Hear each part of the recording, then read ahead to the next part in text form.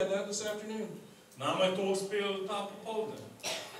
We stopped by the store Sem šla v trgovino vmes po after srečanju, church this morning. po cerkvi to jutro. And Pastor Clement said, let me introduce you to somebody.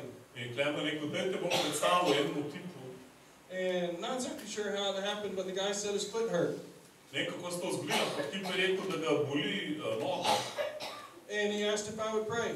In če lahko molim za njega. So I just held out my hand and shook his hand. In sem stegnil svojo roko, da smo se prijela za roko. And I said, be healed in In Jesus' sem name. rekel, bo to zdravljen v imenu Jezus. And the life of God that's in me. In Božje življenje, ki je v meni. Where's the life of God? Kje je Božje življenje?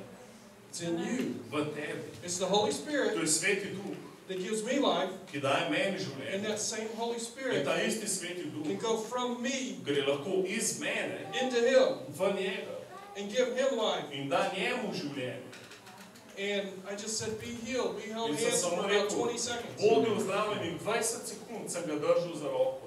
We let go and I said, how's your foot? In sem spustil, sem rekel, kako je noga? He checks it and he says, In probaval, it's better. je rekel, boljše. I said, let's pray again. Sem rekel, deva še enkrat.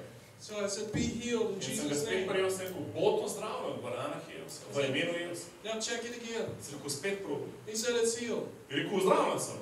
His foot was healed. Njegova noga je bila ozdravljena.